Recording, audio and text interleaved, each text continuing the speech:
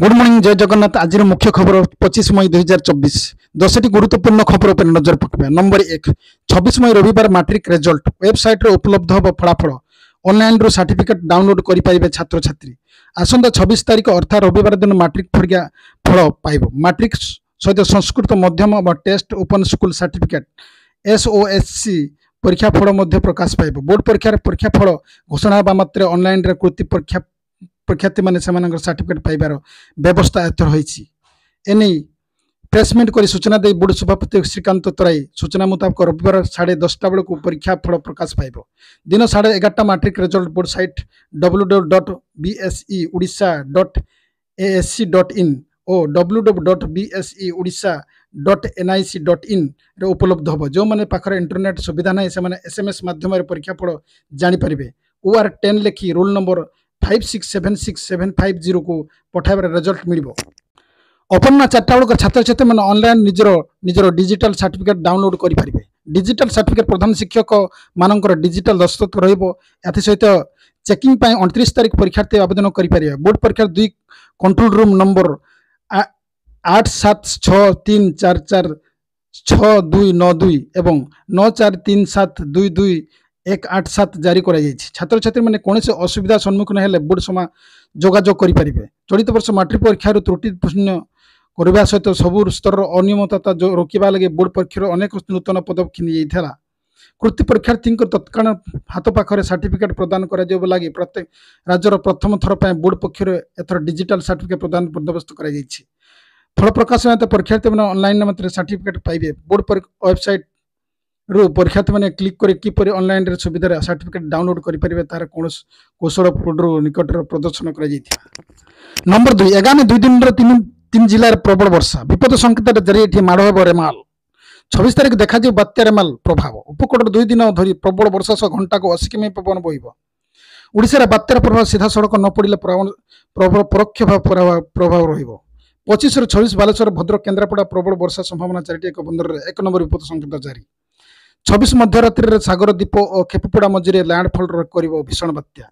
बात्यार पर ओडिशा उपकूट सीधा सड़क पड़िबो नै किंतु उत्तर पूर्व उपकूट वर्षार संभावना थिबार एथिपय सतर्क जारी करा जायछि।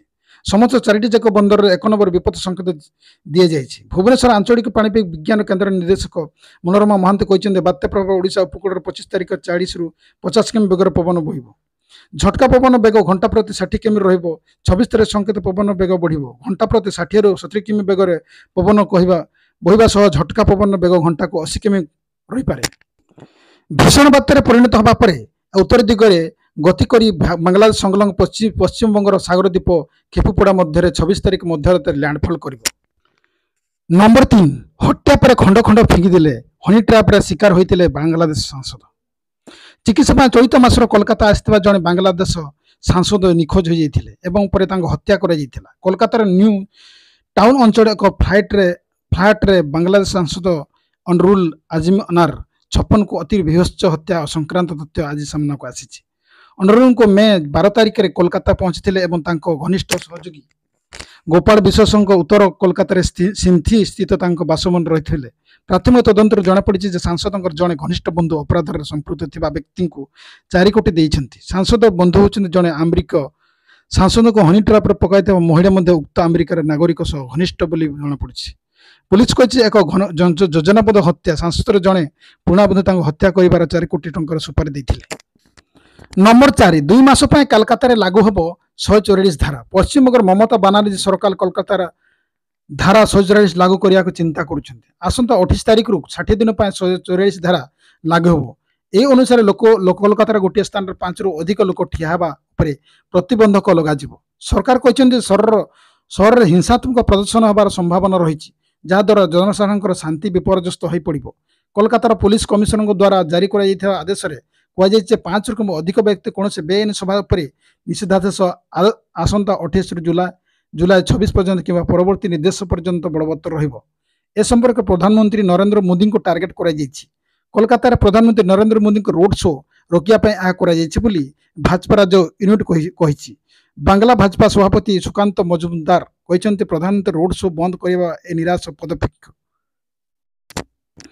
नंबर 5, +2 परीक्षा पूर्व हेबो 300 मार्क परीक्षा। राज्यर दशम परीक्षा पूर्व छात्र छात्री जेपरि प्रस्तुत करने योजना कर द्वादश परीक्षा पूर्व छात्र छात्री प्रस्तुत करने स्कूल गणशिक्षा विभाग पक्ष आरंभ हो अभिनव प्रयास। आसंत शिक्षा वर्ष द्वादश श्रेणी परीक्षा 6 मास पूर्व एक फ्री एग्जाम करा जो 4टी विषय तथा पदार्थ विज्ञान रसायन विज्ञान गणित और बायोलोजी परीक्षा करा। यही 4टी विषय 300 मार्क परीक्षा हम जो छात्र छात्री प्लस टू परीक्षा परिषद पक्ष आयोजित परीक्षार ढांचा संपर्क छात्र छात्री प्राक प्रशिक्षण प्रदान कर फल छात्र छात्री मैंने प्लस टू परीक्षा देवा पूर्व परीक्षा संपर्क ठीक भाव अवगत होगा सहित पूर्व युक्त 2 परीक्षा पिला जेपरी विचलित होते सब से भय पिला रही विशेषकर परीक्षा पैटर्न संपर्क में पूर्व पिला अभिज्ञता सृष्टि होती परीक्षा पिला पास हार वृद्धि पाइब। तेबे यह व्यवस्था को सबू स्तर स्वागत कर। नंबर 6 के भड़ी की पलटिब कि मागणा बिजुड़ी भोट पशापाली रे मागणा बिजुड़ी थप निर्वाचन जितिले राज्यर प्राय 90% परिवार मागणा बिजुड़ी पाइबे। भोट ऋतु में भोटर फ्री बिजुड़ी घोषणा करिछि बीजेडी। तेबे बीजेडी रे ए बिजुड़ी थप आउ ग्राउंड रे वास्तव हित आकाश पाताल फरक। दिन हेले कि राति हाथ पंखा को आउ विश्राम ना बिंची बिंची हाथ दरज हो जाउछि तथापि झाड़ सुखुनी। घरे प्रति रूम रे पंखा थिले कौन हबो बिजुड़ी देखा ना गरम खोइबा सूर्य आलोर पढ़ा अंधार रे रहिबा जेमिति अभ्यास पार्टी गलानी। अधिक गरम हेले गछ तड़ भरोसा सकाळे 2 पर राति बिजुड़ी कटिबार किसी समय ना थरे जाउछि जे केतेबेले आसीबो कहार जणा ना। घन घन अघोषित बिजुड़ी काट अतिष्ठ करदेलानी। उपांत अंचल तो बिजुड़ी कथा न कहले भल दिन को 7 ରୁ 8 घंटा बिजुड़ी काट देउछि। बिजुड़ी उत्पादन होतबा कोरापुट दिन बेला घर घंटा घंटा धरी अंधार खाइबा कहले मोबाइल टॉर्च भरोसा। नंबर 7 राजस्थान निराश एथरो आईपीएल फाइनल कोलकाता हैदराबाद टक्कर एलिमिनेटर पास किंतु क्वालिफायर फेल सनराइज हैदराबाद पाखर पराजय जड़े बरण कर राजस्थान रॉयल्स। लगातार संघर्ष कर प्रथम एलिमिनेटर पहुंची राजस्थान रॉयल्स चैलेंज बेंगलुरु हराई क्वालिफायर 2 रे प्रवेश करथिला। हेलो हैदराबाद आगे आत्मसमर्पण कर राजस्थान आउ 36 रन विजय हासिल कर सनराइज हैदराबाद यह टीम आईपीएल 2024 फाइनल प्रवेश कर। आईपीएल फाइनल कोलकाता बनम हैदराबाद फाइट देखा मिल मैच रे 176 रन टार्गेट हासिल कर विफल होईछि राजस्थान। ध्रुव जरेरन दमदार अर्धशत बेकार जाउछि। यशस्वी जयसवाल 42 टॉम कोहलर 10 संजू सैमसन 10 रियान पराग 6 सिमरन हेटमायर 4 रबमान पायल 6 ध्रुव कोरेल 56 को योगदान सहित परास्त होईछि राजस्थान। नंबर 8 तृतीय पर्याय निर्वाचन आज 447 प्रार्थी भाग्य परीक्षा राज्य तृतीय पर्याय निर्वाचन भाग जाउछि। आज संबलपुर ढेंकानाल केन्दुझर कटक पुरी और भुवनेश्वर लोकसभा आसन और अधीनस्थ 42 विधानसभा आसन भोट ग्रहण कर 447 जन प्रार्थी प्रतिद्वंद्विता करुछन्ति। भोट ग्रहण लगी निर्वाचन कमिशन पक्ष समस्त प्रकार प्रस्तुति शेष होईछि।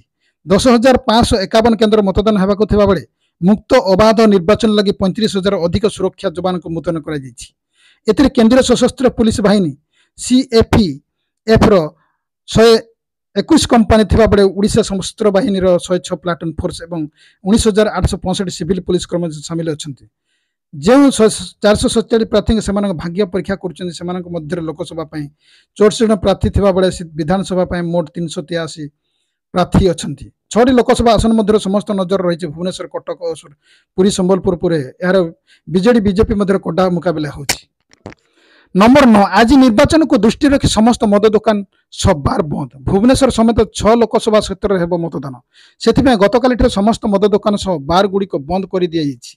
तेबे ये निर्वाचन शेष थवा आज सकाल 10टार खोलवा नहीं सूचना रही नियम को मानि न संपृक्त दुकान लाइसेंस बातिल अबकारी विभाग विज्ञप्ति जारी कर। विज्ञप्ति अनुसार जो जिले में 25 तारिख निर्वाचन से गुरुवार अपराह अर्थात 23 तारिख 5टा समस्त दुकान बंद कर।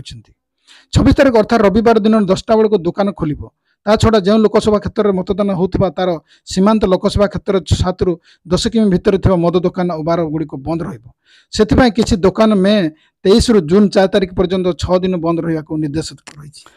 नंबर 10 पुणी डराइब कोविड ओडिशा केपी 2 17 मामला राज्य कोविड केपी 2 प्रजापति 17 मामला नजर को आसी 2 वर्ष तले चिन्ह होता ओमिक्रॉन प्रजातिर JN1 उप प्रजापति अधीन आसूची केपी 2 जहाँकि एबे सिंगापुर कोरोना संक्रमण व्यापिक पछरे प्रमुख कारण पलटि।